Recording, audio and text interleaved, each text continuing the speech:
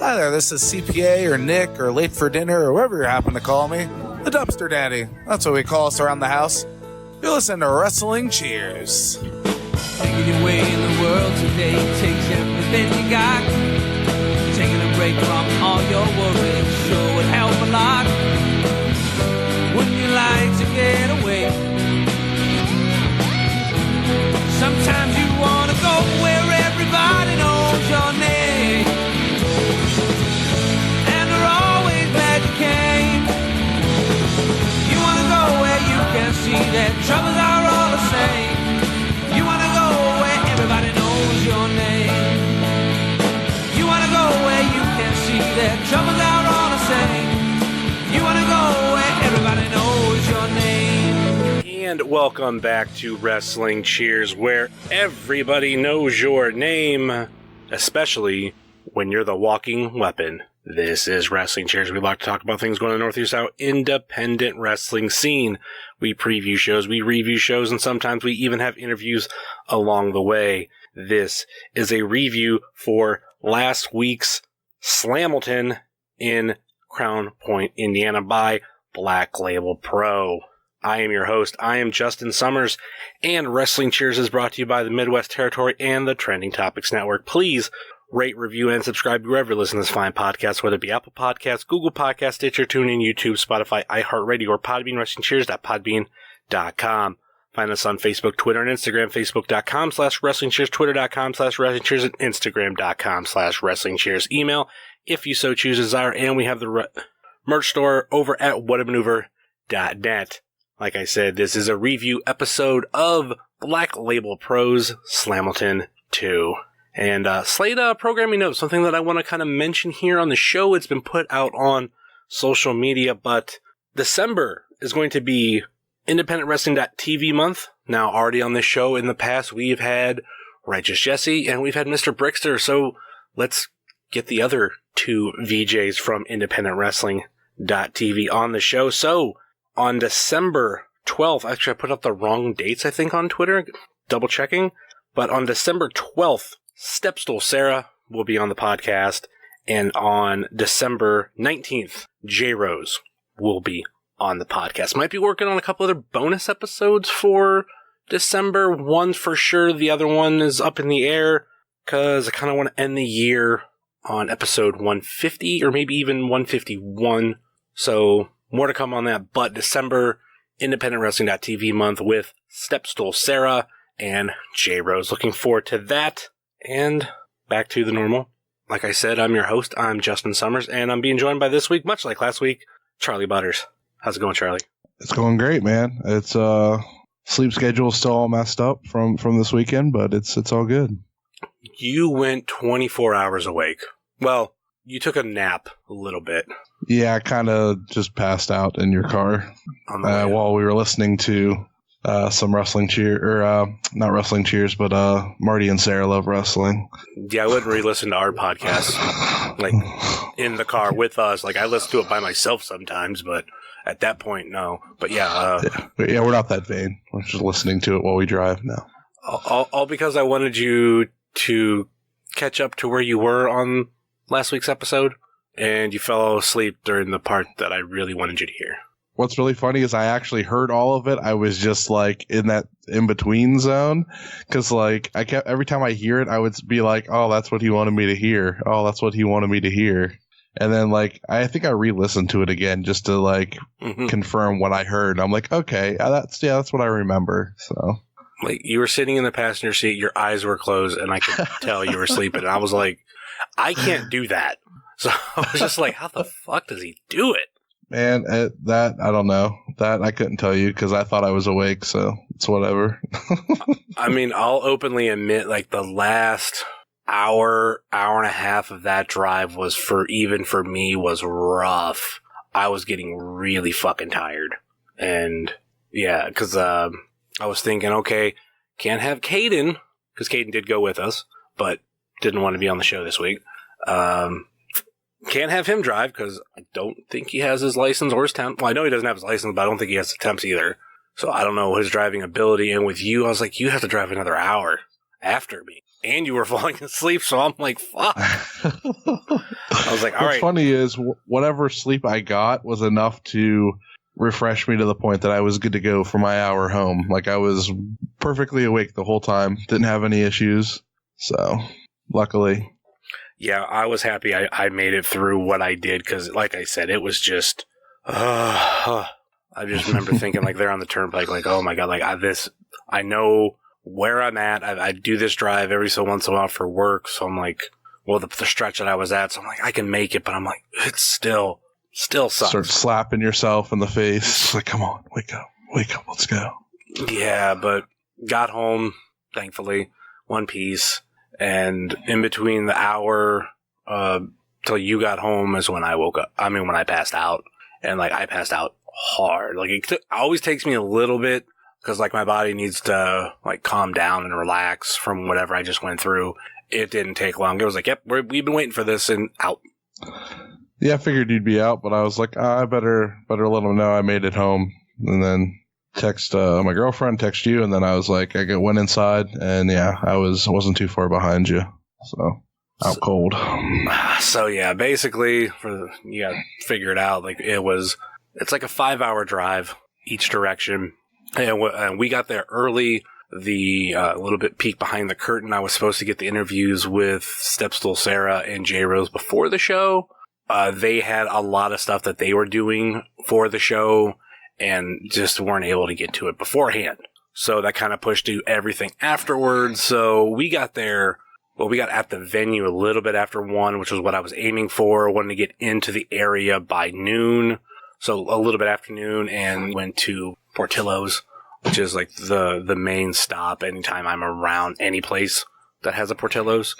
So I got this time a Italian beef with sausage, and I don't know, I thought it was going to be a ground up sausage like the beef is, but it's actually just a regular sausage, which I like sausage sandwiches, but I think the added Italian beef I didn't like. Like, I'd rather have Italian beef or a sausage sandwich, because the casing around like sausages are so thick that's like you got to take just an extra strong bite.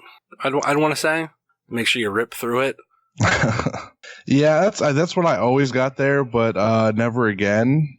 I mean, what I had was fine that day, but I on our second trip there in the evening, I had some amazing godlike chicken fingers that will now take the place of that sausage and Italian beef sandwich. So it is going to be hard for me to stray away from the Italian beef, because the Italian beef is just so good. I think I've gotten some form of it every time I've been there, and now I'm like, the big beef is going to be my favorite. Yeah, I think with this third trip there, I have, third and fourth, I have refined what my order will be from now on. So, and you've learned you have to get the chocolate cake shake. Yes, but just a small, not a large. Yeah, I made the mistake in getting a small the first time, and that might have been fine. But I knew, like, last time when we went to Black Label Pro, we went before and after. And that was a bit my first time around a Portillo. Well, being able to eat at a Portillo, not around one, because when I was over the road, I was around them here and there. But finding a place to park was always the issue. So, like, it had been over 5 years. Last time I had it was like March 2014, and prior to that, like, I had it January of that same year. So I had them like really close together, but I hadn't had it since then. So when we went, I'm like, fuck it. I'm going to get one before and I'm going to get one after, because I don't know when I'm coming back. I don't know when I'm going to be around it again. Turns out there's going to be 2 more times later that year, but it was too much the second time. Like, when we were on the way back, like, I think I got like halfway through and I just got kind of tired of a milkshake. Like, I needed something else, like water, Gatorade, something. Yeah. Yeah, it's like our first, when we were there in the afternoon, I got that large, and I'm like, I don't even want any more of this. Like, it was good to have it again, but I have over half of this left, and I don't want it. I just wanted a small. Yeah. So when I went back later after the show, I was like, all right, I'm not getting a chocolate cake shake for me. I got one for my now fiance, because she kind of wanted it, and I warned her. I'm like, it's going to have to sit in a car for 5 hours. Technically over 5 hours, because we stopped twice. So, just understand it. And at first, she told me, well, she was fine with it. Then later, she's like, well, I was joking. I'm like, no, I'll bring it home to you, but just it's not going to be as good as getting it fresh like she's had before, so she knows the difference. But with the drink, I got a Sprite. So I'm like, all right, just drink this here and I'll be fine. And yeah, when you're around Portillo's, it's kind of a must. It's one of the places that if you're not from the area and you're in that area, you need to get. I was the same way with Raising Cane's and Tim Hortons anytime I went through Columbus. But now they're up here, so now it's not as big of a deal. Yeah, I'll never bring 7 energy drinks with me again because I know I can't drink all 7 of them. And then we will have to stop for water, and I will pay an arm and a leg for water. So never again on that one. Highway robbery happened. Turnpike robbery. Yeah. For me, it's about 2 is my max. Mainly because a lot of the sugar and everything in them, but I know what they do to your heart. So I know a lot of people, it's like 1 a day is what you're probably the best you should do. But worst case scenario is 2. So I would have just done 2. And I even think I had 2 with me, but I just drank the 1 on the way there. And that's the other thing, like with us, like when we're going there, we now have a perfect streak of like, we don't stop. Yeah. Well, it feels that going there flies by. Coming home is where it drags now. It used to be okay both ways, but now it's the ride home was a little bit harder this time than it ever has been before, but the drive there was easy as pie. Like it flew by. So. Well, we had to make the 2 stops.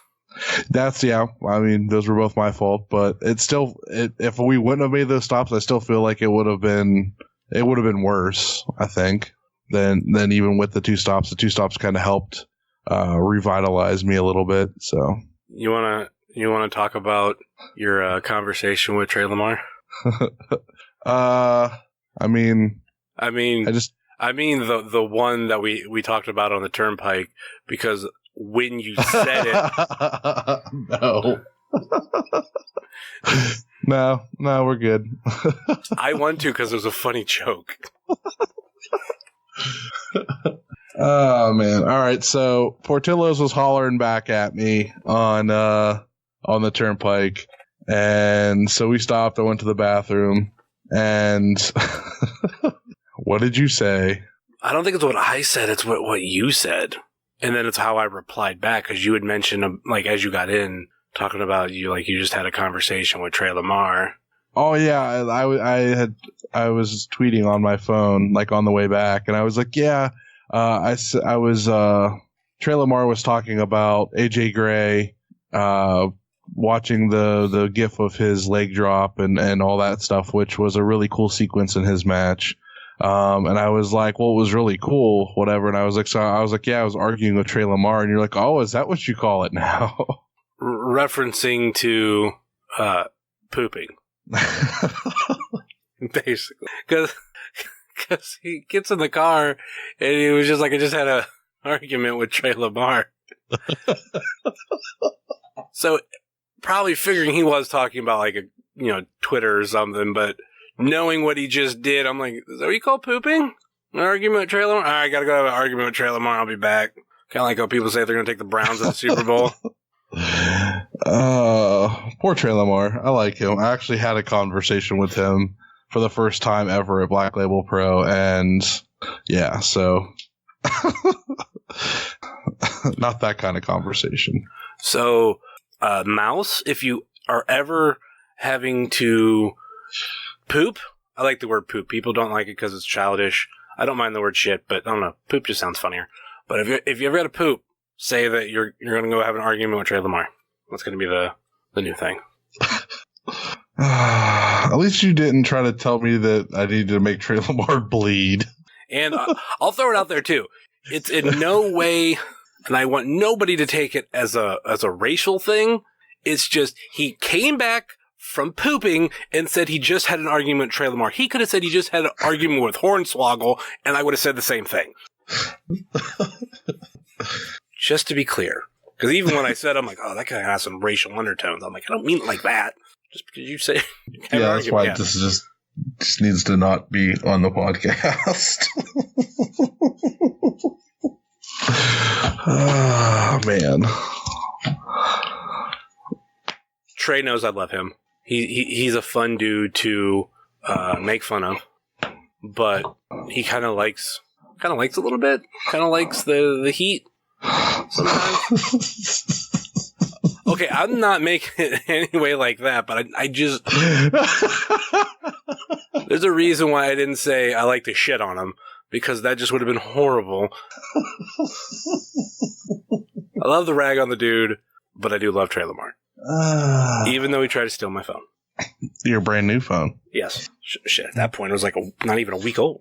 But anyway, we traveled 5 hours, got our Portillos, arrived to the venue very, very early, witnessed a little bit of the Josh Alexander seminar, had a little conversation with him when I had a chance. I was so happy to see him again, because he hadn't been here since, as far as what we talked about, was like the end of 2015.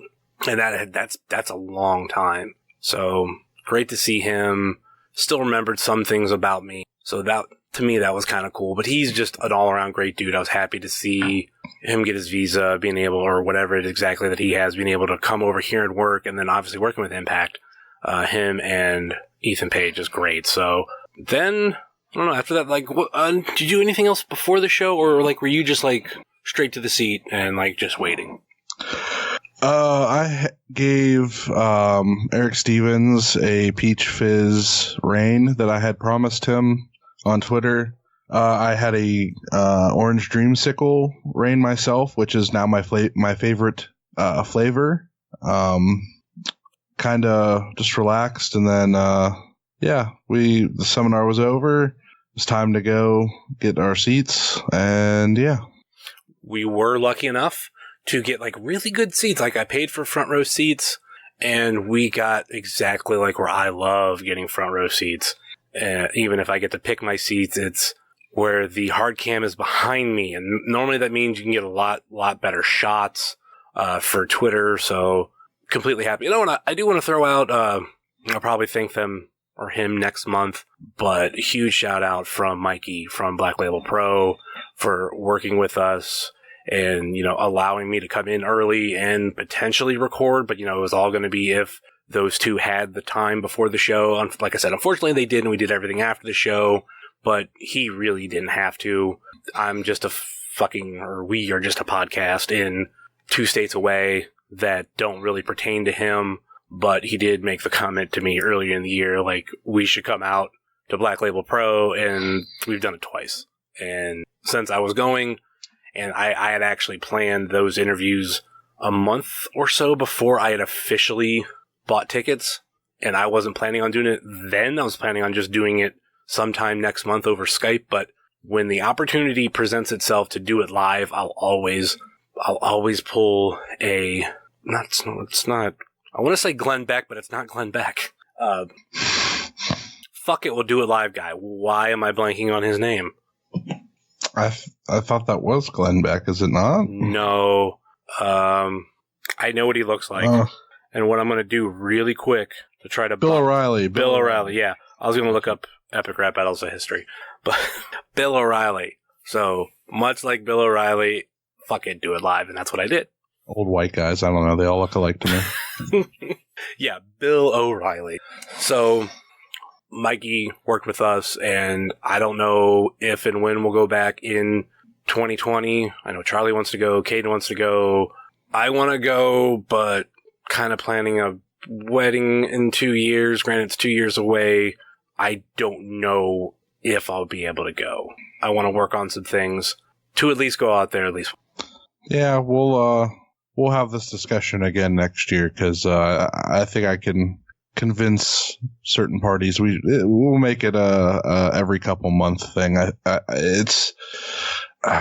was telling Mikey when I talked to him after the show, I was like, AIW is my home promotion and I love them a ton, but Black Label Pro is honestly my favorite indie promotion. My favorite indie.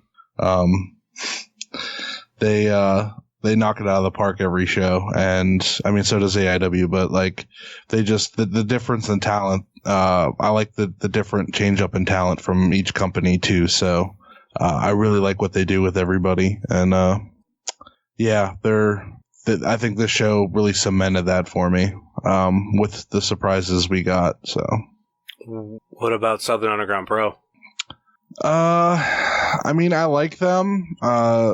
I just rewatched their last show because we're doing that review. It'll actually be out tomorrow night, and I don't know. I enjoyed it, but there was. They're in the conversation, but they're not my one or two. Is it because Brett lost the Bone Storm Championship? No. We kind of discussed that at one point, but it really wasn't that, because you have to lose it eventually. It makes sense. I don't know what it was with the last show. I watched part of it live, but trying to rewatch it again has been really difficult. I don't know. There's certain matches I really liked, and some stuff that just bored me to tears. So I don't know. I think one thing I have with any company pretty much that's not AIW is when I don't know any competitor to the match, especially if it's a one-on-one match and I don't know who either are. So there's very little investment. That's partial of the reason why I don't watch UFC, because if I'm watching two fighters that I don't know who are, or I have no investment to them, it doesn't hook me in if I even know one. So there was matches on this card where I didn't know much about either competitor, so it was kind of a low spot for me. Still fun matches, but I didn't have the same investment when I knew one person. Mm-hmm. And like I said, it's the same way with stuff for me. But at the same time, I can a lot of times learn who new people are, but I know if a card has too many people I don't know, then it just becomes too much of new people trying to remember. Yeah, I don't know. It was just a weird card for me. I just felt like the Year Next show was kind of almost like a transitional card. I liked some of the matches a lot on it, like Matt and Justice and Warhorse was really, really, really good. There's some other stuff I enjoyed, but I don't know. Yeah. All right, let's get into this card, because there is 12 matches that we have to go over. There were two pre-show matches, which was kind of cool, with all the wrestlers in for the seminar, and I think a handful that just came in for the pre-show. That it was kind of cool. So person that we know that did win the Battle Royal was friend of the show, Ziggy Hine. Yeah, she outlasted 12 other people. But she has problems with time zones. Yes. She told us before the show, because I seen her when she came in, smiled, and came over, shook hands, and talked a little bit, and she was like, yeah, I didn't realize there was a time zone difference till I got here, and I'm here an hour before I wanted to. So that's where that came from. And I did inform her about, I'm like, oh, you can go to Portillo's, and she's like, what? What's that? And I was like, oh, you can go get they have the big thing they have there is a chocolate cake shake. She's like, oh, what? I'm interested. Explained it to her. Said she's not huge on sweets, but she likes cake and she likes a shake. I don't think she got it, but she's had at least 2 Black Label Pro bookings on the 2 shows that we went to. And I think the first one she was there for the seminar, and this one she came out just for that match. So hopefully, we see her in Black Label Pro. I think she should have a great match with Billy Starks. Oh yeah, most definitely. I like to see them to maybe mix it up even closer to home eventually. Yeah. Well, if we can get Billy in more places, but I don't know if it's because of her age, she can't wrestle in certain states, but I think the only state I've seen her wrestle in was Indiana. Okay, no, change that. That is the only state I've seen her wrestle in, because this was the only show, but I've seen her technically at other shows. But she has time. Well, hopefully she gets up here, but at the same time. But yeah, she'd kill it, those two, whether they were a tag team or in a match. And then I don't remember everybody in the other pre-show match. I didn't really tweet about it. I think we knew 2 competitors in it. Or no, I think I knew more, because I knew Sage Phillips too. But as a whole, I couldn't tell you everybody. But Manders and another guy, something about beef. Yeah, Big Beef. Big Beef. Big Beef. Not Portillo's, but that's Italian beef. They won the 4-way tag match. So then we go into the actual Slamilton card. Started off a little weird, we'll say. Lights went off and came back on right before the cameras officially started rolling and going live. So, I don't know, that's just seemed a little off. I don't know. It's, we're going live on independentwrestling.tv. Maybe it looks cooler to go from, completely black room and everything, and like lights come on and boom, we're live. So we started off with Steps Little Sarah. She gave her little speech before the show, which every announcer has their own. AIW is a little bit different, but I love her spin on it. And then actually, like, she wasn't going to be the ring announcer for this show. Instead, we're going to get, the other person we're going to have for independentwrestling.tv month, we have Jay Rose. And at the same time, because, doing the tweets and everything, Steps Little Sarah was doing videos for some of these matches on Black Label Pro's Twitter account at B Label Pro. So you can, like, go check those out, where she kind of does some minor pre-match interviews that you can catch on Twitter. And I think J Rose would do that too, but he always never really appeared on camera. But Steps Little Sarah, with everything that she has, that she does on the internet, they have her hold the mic and talk to these wrestlers. Didn't get to watch many of them during the show, but I saw that they were popping up, and I'm like, this is cool. I tried to retweet as many as I could. And so J Rose, announcer for the show. I mean, the only thing I know he screwed up with, he did call Ziggy Haim, but I think we're in a learning curve period, I should say, where a lot of people are going to get it wrong. I've got it wrong for a while, but it's Ziggy Haim. It's the one you don't think it's going to be. Because I'm like, oh, Ziggy Haim sounds, I don't know, that sounds better. Like, no, it's Haim. Okay, it's that one. Sure. So, after all this time, let's get into the 12 matches that we had on the card. And we start off with Ethan Page versus Trey Lamar and Jake Lander. But turns out it's still going to be a handicap match, but it's actually going to be Trey Lamar, Jake Lander, and Joshua Bishop versus Ethan Page. So as we're about to see this 3-on-1 match, Hornswoggle's music hits. And he gets in the ring. There's a little bit of back and forth, so you figure... So let me preface this, because everybody's wondering how I did with the match, because I told everybody I was going to be in the match. Well, earlier that day, since we did get there earlier, I didn't mention this, but Ethan Page told me that he no longer needed my services. He hired somebody that was more of a man than me, and then Hornswoggle came out, so I was like, oh, that's a great way for him to troll me. So so that happened, and then continue. Actually, I'll let you tell the rest. So they decided to start the match under the ring, and Blood Diamond followed, like you think they would. And all of a sudden, you can hear there's a big fight under the ring. The other side, which is right in front of us, all of Blood Diamond comes out, going, what the hell? Hornswoggle comes out, Ethan Page comes out, and the surprise Danhausen comes out, and everybody loses their mind. It was a Surprisehausen. Surprisehausen. It was wonderful. It was just glorious. I was so happy he was there, and he was helping Ethan Page and Hornswoggle. The match ended up being really good. They did the tequila spot with both Ethan Page and Hornswoggle getting involved, which was really fun. Almost instantly after they got out of the ring. Out from under the ring, I should say. He has those magic powers. He got up on there and was like, start the music. And it went away, man. It's good stuff.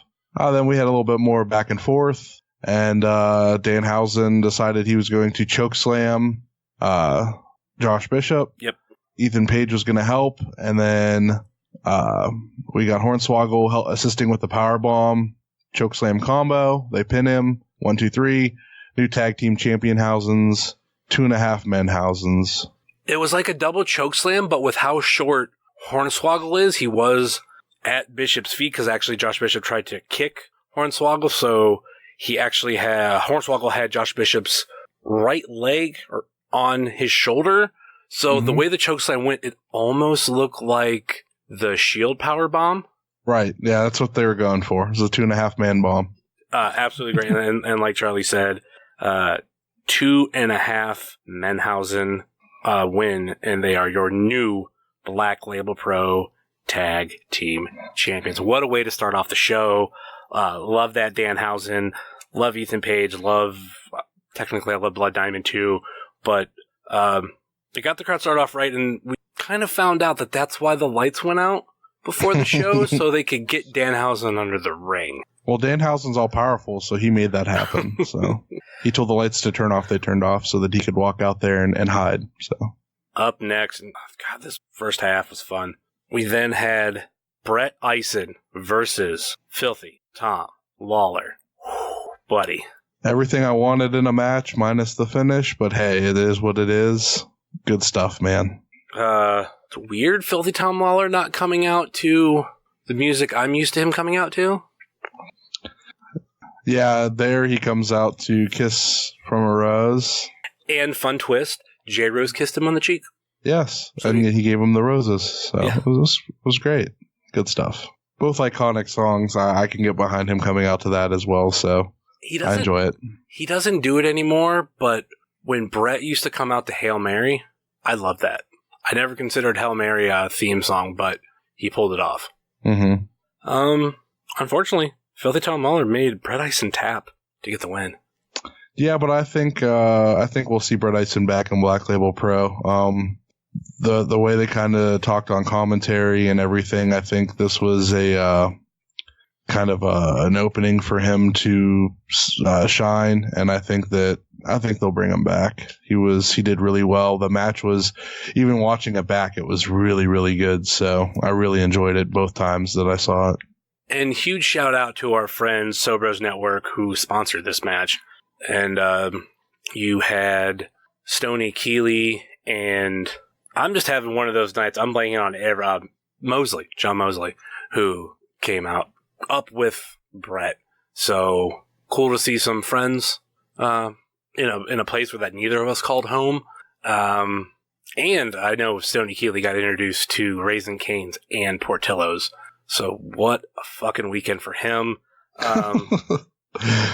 But yeah, I really hope to see Brett in a lot of places. It's almost something that I said today, as of this recording, on Twitter on my personal account, that I'm really getting, like, I don't care as much for the bigger companies, and that's not singling out any company. It's like if you're not on independentwrestling.tv, or you're just not an independent company, I kind of don't care as much about you. And there's just so many wrestlers that I'm so invested in that are on the smaller level, and like I can't wait till more people learn about them. You know, I could give you a list. You know, Brett Eisen's on that list.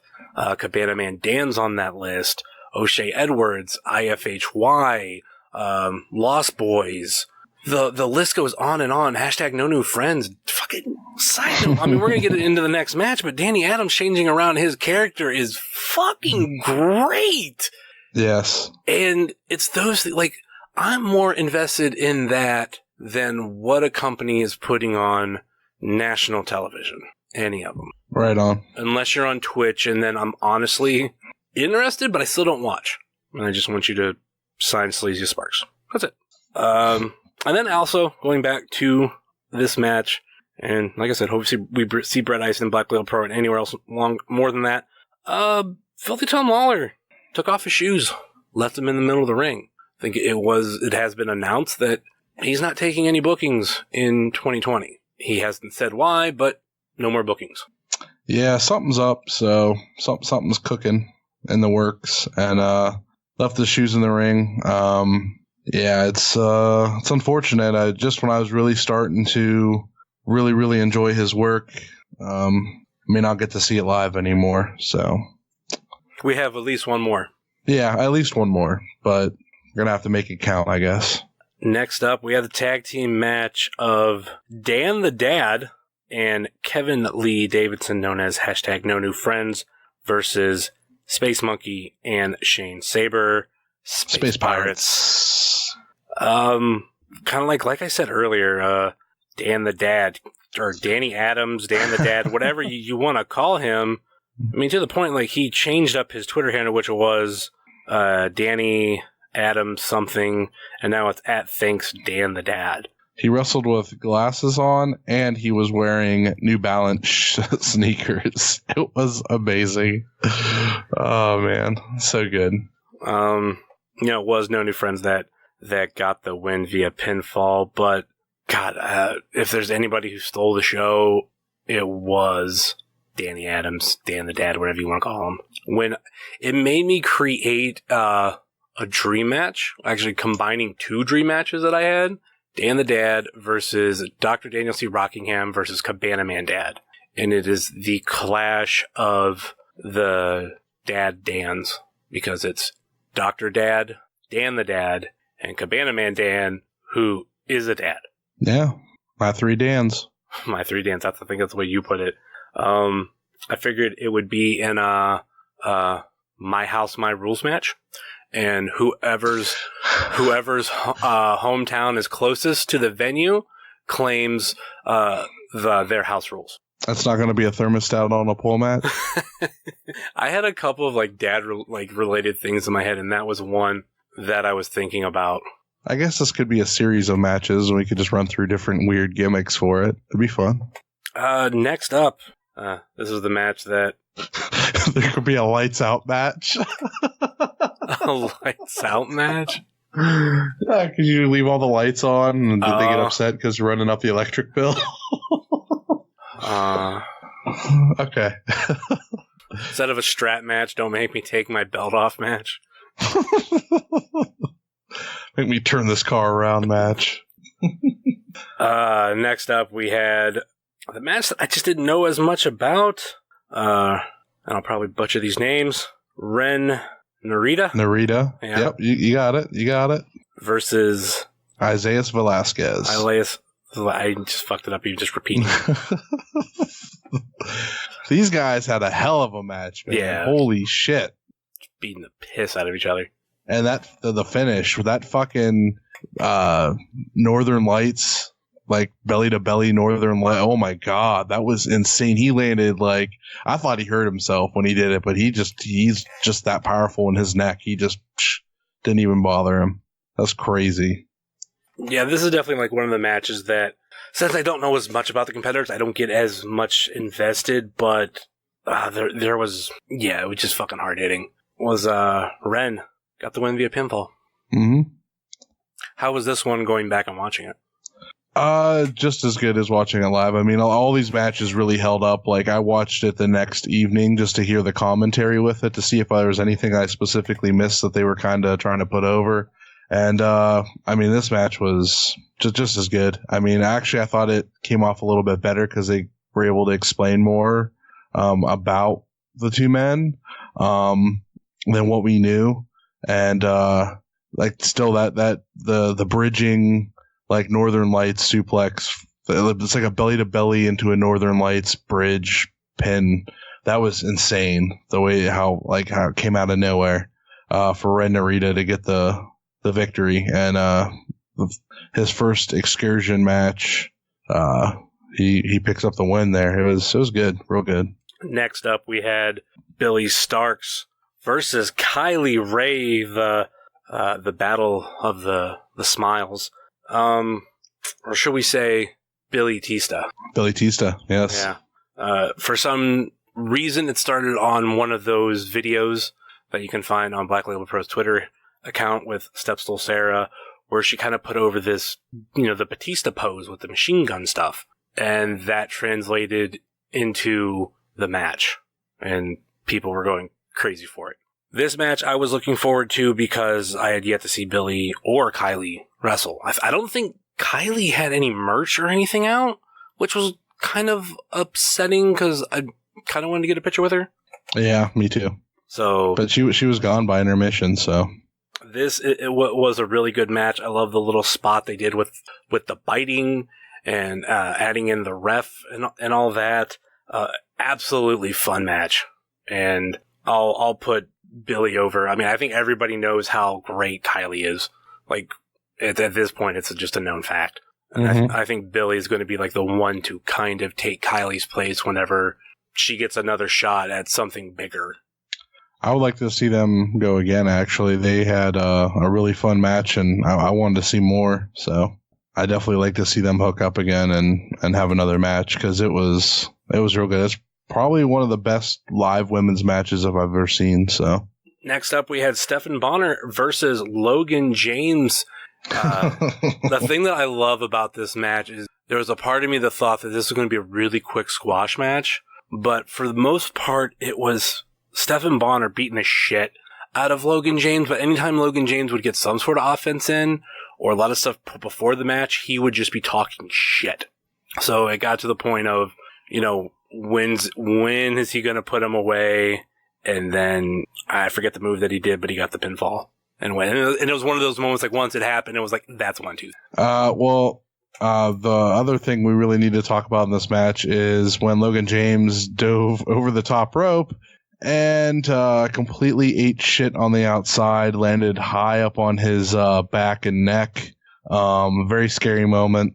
Luckily, he was not injured. He got back up, continued the match, and finished. Stephen Bonner hit this real sick kick on him, followed by an elbow drop off the top rope for the 1-2-3.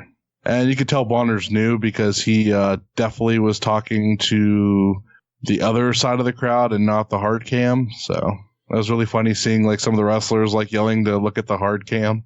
Yeah, I didn't catch that, but even looking at the pictures, like that I kind of have that, yeah, he was totally looking the wrong way. But I mean, that's stuff you get for being relatively new. I don't even know how many matches he's had. I know at least 2. Mm-hmm. Him and Justice had a real good match the night before, I was told, and then this match. So I was impressed. It was way better than I thought it was going to be. And I mean, that's not anything against either man. It was just, you don't know what you're going to get with something like that. And I was really impressed.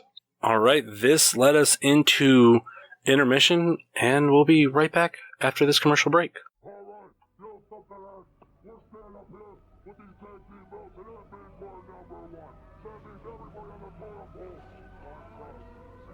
Listen to Virtual Pros, the world's only wrestling podcast. On iTunes, Spotify, and SoundCloud. Listen to Virtual Pros, available on iTunes, Spotify, and SoundCloud. Available on iTunes, Spotify, and SoundCloud. Available on iTunes, Spotify, and SoundCloud. Available on iTunes, Spotify, and SoundCloud.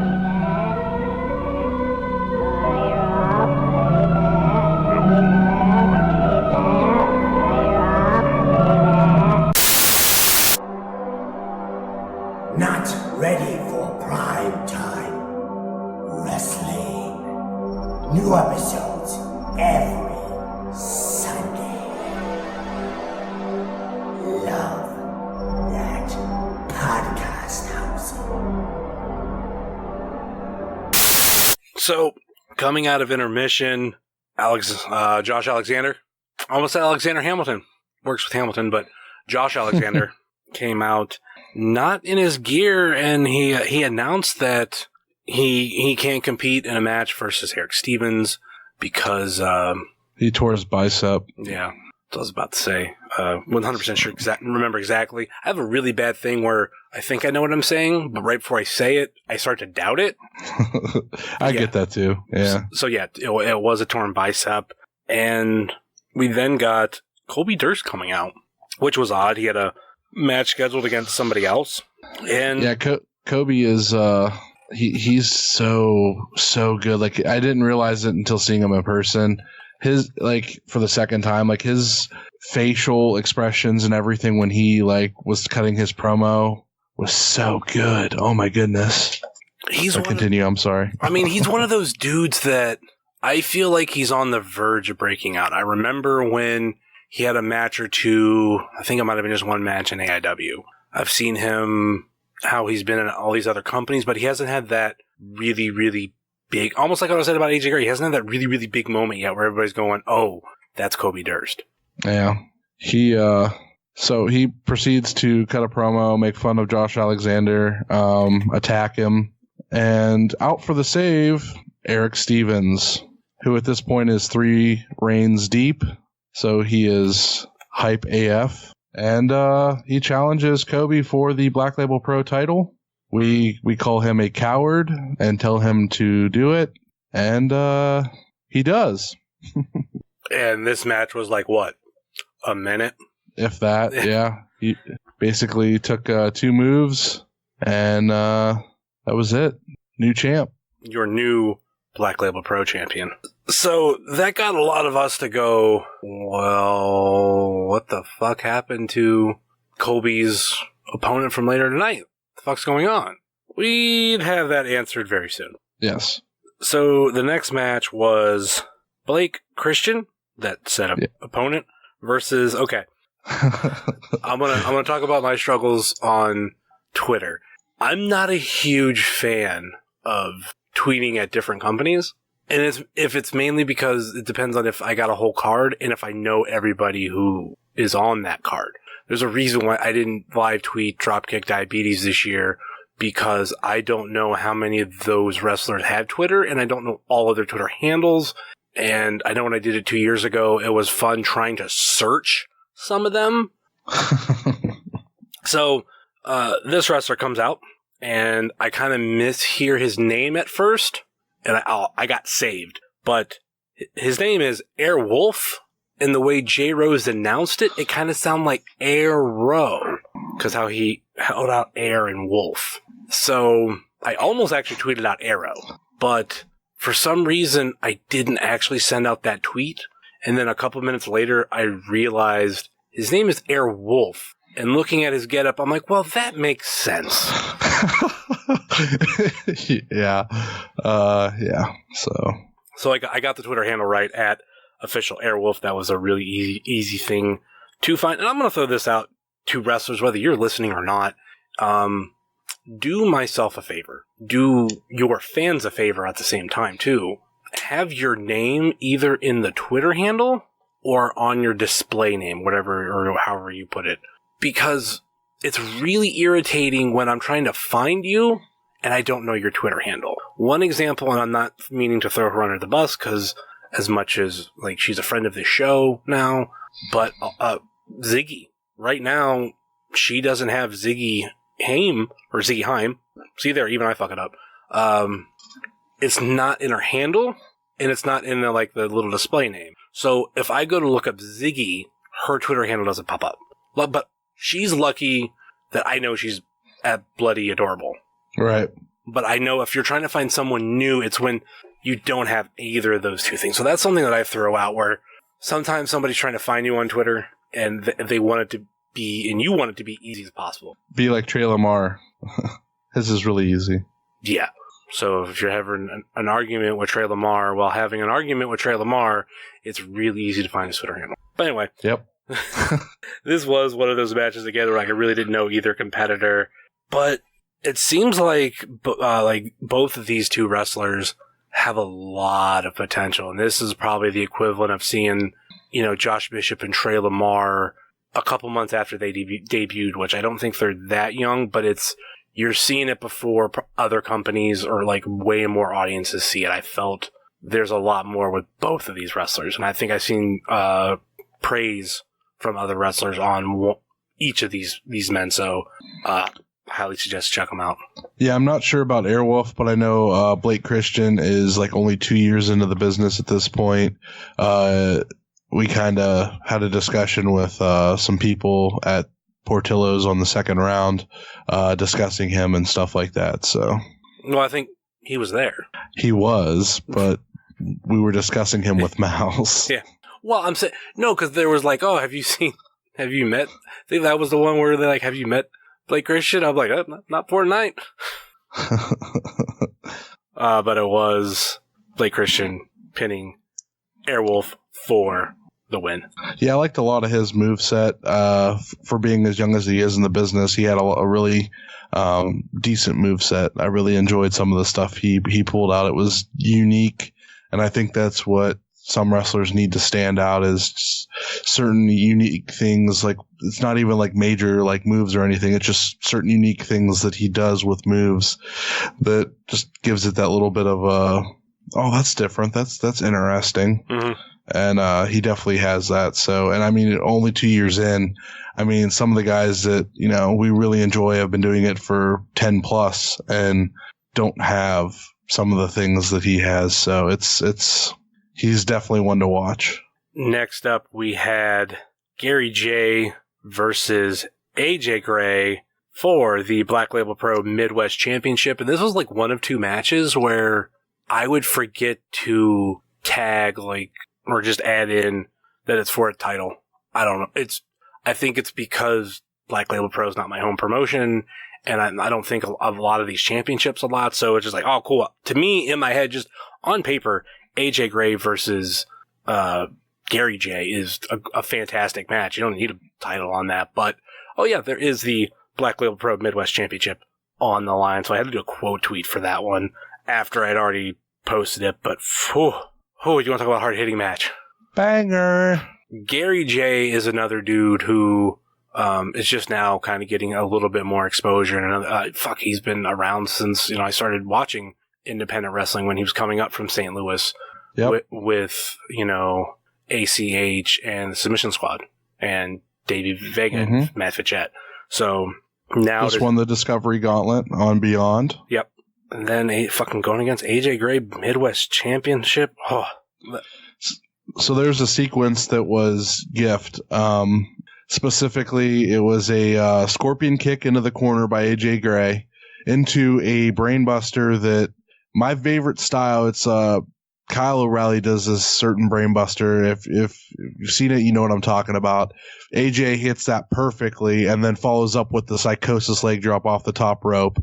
Fucking sweet triple set of moves. That was I loved it. It was so good. He is so good. He's getting better and better every time I see him, and that was real good. He hit another sick lariat. Wow. And it was AJ Gray getting the pinfall for the win and retaining Black Label Pro Midwest Championship. This second half is pretty stacked with some great shit. Yeah, I ended up having to leave the ringside area for the main event because I was really hot. It was really cramped where we were at, kind of luckily we got them nice ringside seats, but they were spaced real close together, and I started just needing to take a little break. I don't know why they were spaced that close. When we're at AIW, they're kind of trying to get the max capacity for a lot of those seats, so I kind of understand why it's like that. But this one, front row was limited to a certain number, and those seats could have been spread out a little bit more. I mean, it doesn't help that we're both 2 fat dudes, and we take up a lot of extra space. Well, luckily the guy to my right kind of was leaning forward for most of the show, so I could lean back and put my arm on the back of his chair and just kind of stretch out a little bit, and that way I'm not in your space or his really. And then when he started towards the end of the show, he was leaning back more, so I was kind of scrunched. And I'm all right, I need to get up and move around. My legs were hurting. I was I need to get up and do something. So sad thing is we moved out the chairs for a lot of people were sitting down, but it wasn't enough. No. I mean, I think they the amount that they had right there was literally from post to post, and if you moved it down anymore, whoever was on the ends was going to basically just be looking at the post, and I think that's why they were as close as they were. But yeah, in the future, if we do ringside like that, we might have to move them out even further in advance and just hope that they don't try to squeeze them back in. Maybe we can convince Mikey to let us bring 2 bigger chairs in, and those will be our seats. Yeah, I'm just going to bring in one of those the camping chairs that folds out. It's real nice, real big. I actually have have drink holders and shit. That's what I need. The camping chairs that I do buy, because I have to buy the ones that support a high ass fucking weight, because you buy the wrong ones, which granted I think I make the mistake of buying them from Walmart. I need to go to a camping store, but if I get the bigger ones, they won't break as much, and there's a lot more room, so I don't feel like I'm cramped in those. So yeah, that would be fun. But yeah, we might have to invest in those if we make that trip down to Tennessee this year. Next year, my bad, not this year, next year. Well, that's a standing room only show, so. Well, there's a stage. You can sit on that stage. I saw them when I was watching the show last night. The Sobros crew was on the sitting on the stage, so we might be able to sneak and sit on there with them. Yeah, but I'm a front row fiend. I know you are, but like, we're potentially talking about going to a show this weekend. It's going to suck that I know I can't get front row. Actually, I got to double check if the GA for that show is standing room only. I might be out. Yeah, I'm honestly, I'm kind of out on it. I don't want to overdo myself. I need a week to relax. Like, we're doing double shows next weekend, and like that's my long weekend off, and I'm still gonna be sore between eating all that delicious food and 2 wrestling shows. It's gonna be I'm gonna need some rest. Next week I got 2 Thanksgiving dinners, 2 wrestling shows, and a movie to go see. Not a partridge in a pear tree. Yep. Next up, it was Jake versus Jake, and Jake pinned Jake for the win. Move on. Yes, you're just so easy with that. So Jake something and Jake Atlas had a really good match. Jake Atlas, like I said, just got signed by WWE, so he's going to be leaving. I did get to have a nice conversation with him and Tony Deppen. Both really lovely people. I really like both of them a lot. Tony Deppen's a guy I've been watching for a hot minute. We'll get to him later, but Jake Atlas is so good. Jake something. This is your first exposure to him. What did you think? Like, seeing him live, seeing both guys live, what did you think? I really liked Jake something. Mm-hmm. The only issue that I had with him, which granted I don't think it's his fault, is he kind of has a look that looks like other people. You know what I mean? What other people? Who would you compare him to? Because I'm not seeing it. Well, a lot of dudes with beards and longer hair. Okay, gotcha. Well, my only complaint with him is how often he specifically asks who he is to get the crowd to kind of react to him. I can get it once or twice a match, but I think he did it 3 or 4 times, which I thought was excessive. So, and Jake Atlas in person is much more I guess I would say thicker. He's really built like a wrestler. I didn't think he'd be I thought he'd be kind of skinnier from what I've seen of him, and no, he's built like a wrestler, obviously because he is one, but he just is thicker in person than I thought he would be, and it I think made the match just his hits looked a lot better because of that. So it was Jake something that pinned Jake Atlas for the win. Yep. Next up, well, this is where we have Tony Deppen. Oh yeah, Tony Deppen versus Warhorse. There you go. For the, that's what I'm talking about. Because we actually started closer to on time tonight instead of the hour bullshitting we normally do. But for the Independent Wrestling Television Championship, IWTV Championship. I think it's just the IW, the Internet Wrestling Heavyweight Championship. I think is what they're calling it. I called it the IWTV title as well, but I don't think they used the TV part for it. And I'm curious if they're going to add tag team titles. If they do that someday, I think I know a good tag team that could win them. Young Studs. Yeah, I mean, they could do it. Why not? Or Lifers, which is Justice and Bev. Ah, yes. Any of those combos would be good for me. Among, Bear Country and all the great tag teams that are out there that are just killing it right now. Violence is Forever. Any tag team with Danhausen? Any of the tag teams with Danhausen. Warhausen, him and Cold Steve, him and Egon, him and Kane. When he referred to him as Egon in person, I about died. That's the best, man. He knows how to hit those comedy spots just right. I know some people are kind of getting tired of it, but I think he's still evolving everything.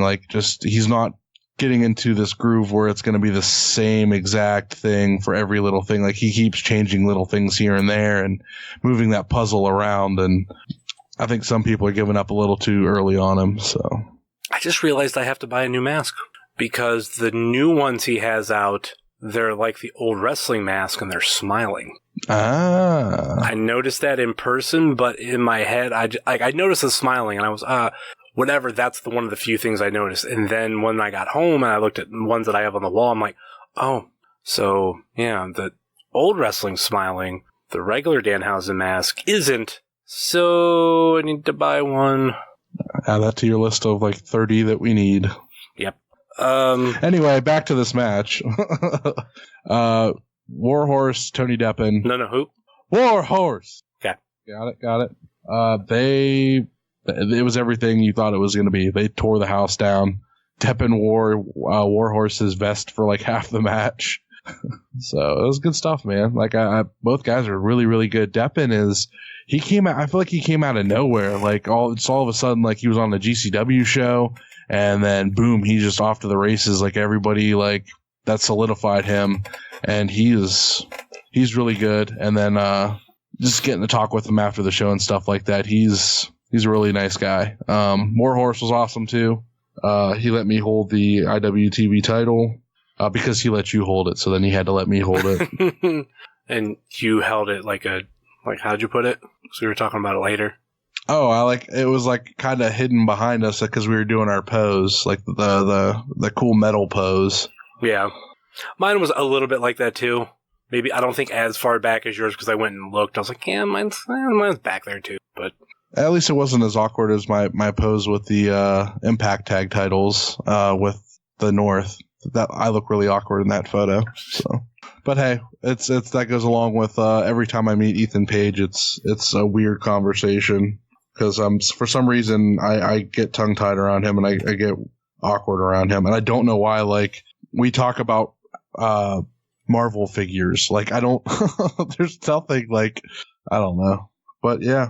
This was the one show I actually didn't spend any money while I was there, besides like during intermission, like because of this weather and everything, my throat's just gets really dry and I was kind of hungry. So I went and grabbed some pop, or maybe you call it soda, whatever. But I grabbed some, I think it was Dr. Pepper, just to try to kill two birds with one stone.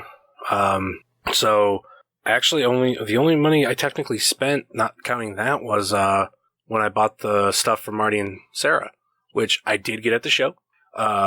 I bought a handful of stuff, and they actually threw in a bunch of extras.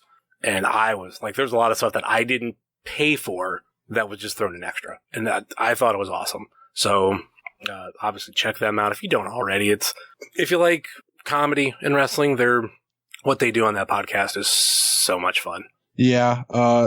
Sometimes it takes a couple episodes to get used to the format, but I've really grown to really enjoy listening to them. My boss at work loves listening to them and their characters now. Like, we'll be sitting there and we'll be doing paperwork or whatever. He's like, hey, put that on. I want to hear like what they said this week.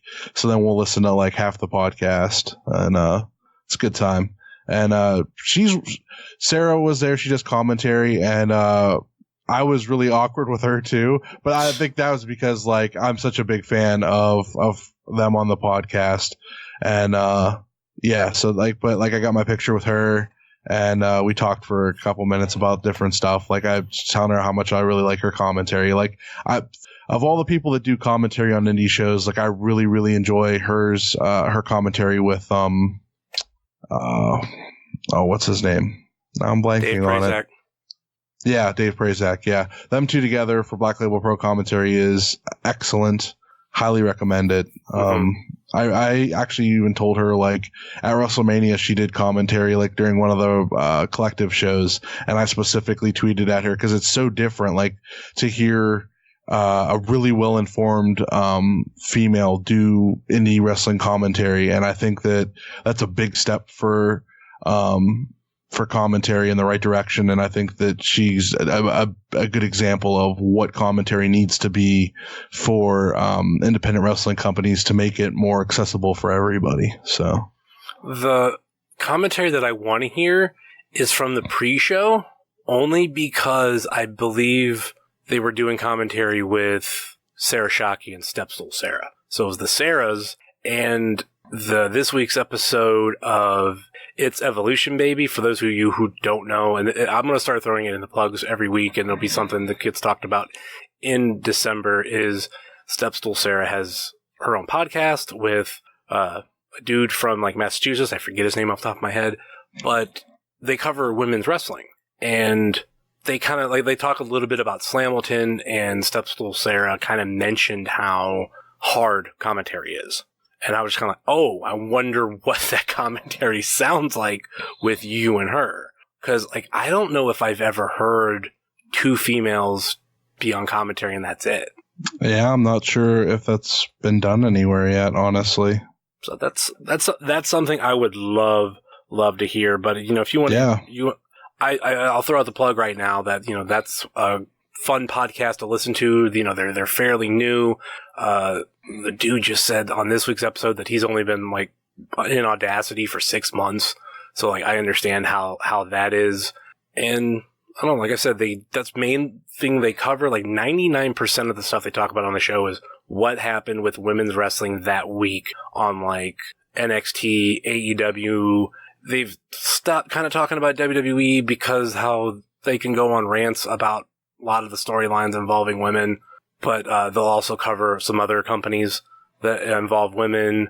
When they went to Shimmer, they talked about it, and they talked about, you know, this match on this card with Billy Starks and Kylie Ray, and they kind of talked about Slamilton as a whole. So I highly recommend them. It's about a good hour podcast every Monday or Tuesday. They kind of differ on some days, some weeks, but it's I recommend them. Cool people, and pass on my book, but. Yeah, it was Warhorse pinning Tony Deppen to retain the Independent Wrestling Championship. That double stomp. Yeah. This was my first time seeing this version of Warhorse. Yeah, we saw a very early version the last time. And when I went to Southern Underground Pro, he was the earlier version as well. Cool thing though, when we were talking to him, like he recognized Wrestling Cheers. And like he asked me, he was like, did you sponsor something on this card? And I was like, no, like Southern Underground Pro, like that's where I like to sponsor stuff. I was gonna throw out like old wrestling, but I didn't know if he had heard about that. But I know he was at I Am King. Probably sees a lot of these stuff from Southern Underground Pro. So I was just like, yeah, like you know the name because of that, not because of anything here. Plus, you're painted nicely on the ring canvas for Southern Underground Pro. If they ever replace that mat, I want that cut out, and I want to hang it in my office because to me that's cool as shit. That'd be really cool. Next up, is it main event time? Yeah, I do believe. Looking at the tweets, that's what I'm going off of. We had the main event: Violence is Forever versus the Workhorsemen in a 30-minute Iron Man match. And this was an interesting story. I think that's the one thing when it comes to Iron Man matches, most of them have been told. And I know I'm always looking for something different, and I feel like that's what happened. With as much bad blood between these two teams, weapons start to get used really early, and weapons aren't allowed. So, like, really quick, Violence is Forever goes up like 5-0. I also do think, and when you went back to watch this, did you catch where they got a mysterious point? No, I didn't get that far into the show. I think I only watched like the I want to say like I stopped at some point. I didn't finish the whole show, but I'm gonna go back and finish. But I don't know where the mysterious point came from. At this point, I had left ringside, so I didn't get to pound on the mat and get all hyped like everybody else did. I took some stuff out to the car, got a breath of fresh air, and then kind of stood by the door, actually by Brett Eisen, and kind of out of the corner of my eye watched his reaction to this match while I was watching. So yeah, early on, there's just, it seemed like there was a point jump, like J Rose accidentally added one, but the story that was kind of told was they went up early like that because the Workhorsemen just wasn't carrying. They were getting disqualified left and right because they just wanted to beat the shit out of them, and then while they were beating the shit out of them and they got all those points, they finally got to a point where like they were able to get a big amount of pinfalls. So they was getting up to being tied. I think they went ahead for a little bit. Violence is Forever came back, and it ended on a very, very close score. It was 8-8 for a while, and then with like 5 minutes left, maybe no, even less than that. I think it was around 3 minutes left. Violence is Forever gets another pinfall, or they get a submission, I think it was, but they get a point. So that at that point, it's you need the Workhorsemen to get 2 points really quick, and they're trying, but unfortunately, they can't even get to a tie, and the Violence is Forever wins. Yeah, it was really cool to see, like, there's not a bad spot to watch that show anywhere in that building, so I was over by the entrance, actually by, like, the door, where you come in at the gym, and could see everything clearly, didn't have an issue, still had, like, a front row seat to some of the fighting in the crowd, so it was real good. The story they told was really interesting. It was different. Holy shit, did Ku get the shit chopped out of him and just beat out of him. Holy shit. He was, like you said, they were scoring real easy pinfalls. Like they were hitting real basic stuff and getting real simple pinfalls because he was just so beat from the chairs and everything that they did to basically weaken them at that point. It was a really good story. It was really different for an Iron Man tag team match. Once Violence is Forever was able to hold off and Workhorsemen from getting any more pins because they were real close to getting that tiebreaker, but they were actually able to get held off, and that was it. Big sign of respect in the ring. The Workhorsemen put over Violence is Forever, and then some young guns came and assaulted Violence is Forever. One called Manders and guy that I just didn't catch his name, Big Beef or whatever. Yeah, that's what we're calling him, Big Beef, because that's what is all over his Twitter. There's no other information. So he is Big Beef for us. I honestly hate getting names wrong because like when I'm listening to some podcast and they mispronounce Brett Eison's name, I just want to go crazy and yell at him. To be fair, that podcast was on a tear at the time, so. Was or wasn't on a tear? I guess wasn't at that point, but we got it later on. Come on now. I hate looking like an idiot, but I'll always say I won't act like I know something I don't know. And it was one of those things I didn't catch his name, but Manders and this other guy came in and attacked Violence is Forever. So there's going to be something that happens with that little bit at some point next year. Don't exactly know when, but that's where the show ended. And then, after the show for us, I quickly went and reset everything up. The thing that I do love about my equipment is it can be very mobile. And I mean, that's why I bought it, but I was able to put most of it in my show bag. And then as soon as it was over, I pulled everything out, plugged everything in. And within, a matter of a couple of minutes, like I was ready to go. And while I was waiting for Stepstool Sarah and J Rose for the interviews, like that's when we got a lot of our pictures, and you got more. Well, while I was doing the interviews with people, and then you got ones which they'll be released later on, and somehow depending of me interviewing both Stepstool Sarah and J Rose. There's one really good one with J Rose, but with Stepstool Sarah, there's most of the pictures, I'm like, my eyes are closed or something, and Sarah looks fine, or like my eyes are open. It looks like she's pissed at me for something. Like there's one picture that legitimately looks like a sitcom picture that they would use for advertising, like just like a billboard, like coming this fall. And yep, that's the only way I could describe it. But some 50-50 on picture taking. Got it. All in all, fun show, fun trip. We had a blast. All damn near, like for me, I was up like 21, 22 hours. You hit full 24. Would definitely do it again. It's just going to depend on how shit's going financially with a lot of stuff. But I do love Black Label Pro. If I could go out to Black Label Pro more, I would. If Black Label Pro would move closer to like the other side of Indiana, like, it would be a lot easier to go to, but, you know, it is what it is. It's not a thing that I'm really bugged about.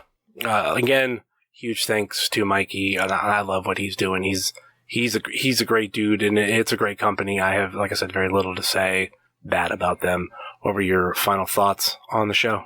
I threw this out on Twitter, and I'll restate it here. This was probably my show of the year. I know I still got a couple more left before we finish out the year, but just from all the surprises and how everything worked, I mean, honestly, the show, for even though it was pretty close to 4 hours long, didn't feel like it. It felt like it was maybe 2. Everything was so great. I always have a blast going to Black Label Pro. And I specifically told Mike, you know, this was my show of the year. This was everything I wanted in a wrestling show. It was a blast. I think the making the trip with you and Caden was real fun, and I look forward to doing that again. I think that adds to the trip, like doing Portillo's, all that kind of stuff adds to it. It's just a really fun day, capped by lots of great wrestling, and then getting to mingle with everybody, and it was just a blast. Can't recommend it enough. You know, you say this all the time to everybody: get out of your comfort zone, go to a wrestling show that's not in your area. By all means, go to Black Label Pro. If you want to do a trip, go to Black Label Pro. They are a blast. They're worth your money. They're worth your time. Check them out on IWTV. They're just excellent all around. I can't tell you enough how much I love that company. They just released like a new hoodie, and I'm instantly purchasing it, especially with who's on that hoodie. I'm so excited. Well, I wonder who that is. Well, it's not even because Warhorse and Danhausen are on it. There's other people on that I think deserve the praise of being on, you know, a representative of Black Label Pro, and I'm excited to own that hoodie. So, I highly recommend everything about them. I would definitely like to do it again. I would like to have get a full car, 4 or 5 people all jammed in there, kind of like do what wrestlers do. Not to mention, it would help with gas cost of being able to do the show and everything. That'd be nice. Like I said, I don't mind like how our arrangement is for that. So I've never felt like, oh, this is outrageous, because I always have such a good time. So I would say I'm not even looking at it from that point of view, because it could be divided up a little easier. Because I'll just break down for everybody like how way we do it. I pay for the gas on the way out there. I pay for the tickets, and I also pay for the tolls, because with Easy Pass. And you pay for the gas on the way back and to refill up my tank, and that leaves us somewhere around even. Might not be perfect, but it leads us somewhere. It feels even to me. So yeah. I had no problem following that kind of deal like we've done. So it's good stuff. And if we get more people, that's even better time.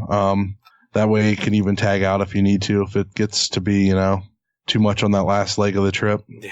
Well, also too, we got there early for the interview, and it turned out we had to do it afterwards. So that extended the day even more.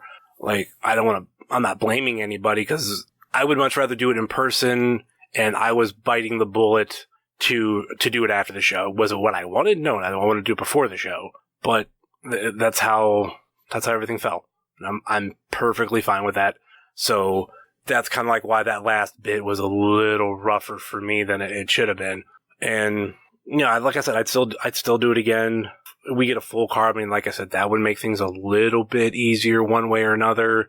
And, even adding Caden compared to our first trip, added more fun. Imagine 1 or 2 more people. Right.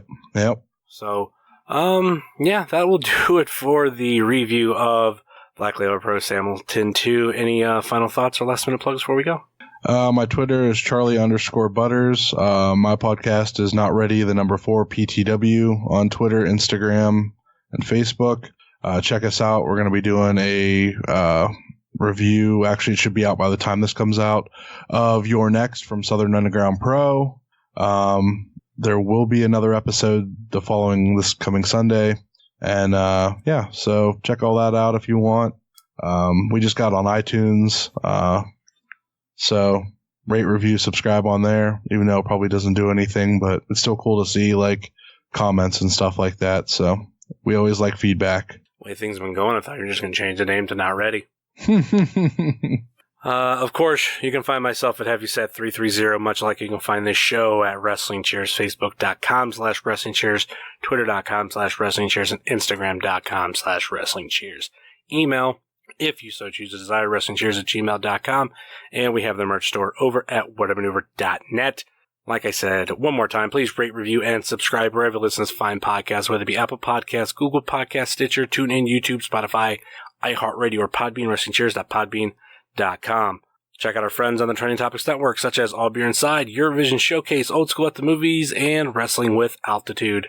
Check out our other podcast friends, such as Let the Hate Flow Through You, Pod Van Dam, Super Fantastic Podcast, Road Home from Wrestling, Haunted Home Video, The IndieCast, Center of the Universe, The Sobros Network, UXWA Today, Big Gold Belt Podcast, The Co-Host Wrestling Show, Spotlight Series, I Got Your 5 Stars, Not Ready for Primetime Wrestling, and It's Evolution, baby. Check out our other non-podcast friends, such as Thrift Store Jobber, The Savage Stash, PowerSlam.tv, use Wrestling Cheers all one word and get your first month free, Ringside Shots Photography, Sickening Pictures, Good Company, Stay Tough, Smokin' Jace Barbecue, Russell Void, Midwest Territory, Southern Underground Pro, and the official graphic designer of Wrestling Cheers, Moy Boy Designs. That will do it for us here on Wrestling Cheers, where everybody knows your name, even if your name is Warhorse. Later.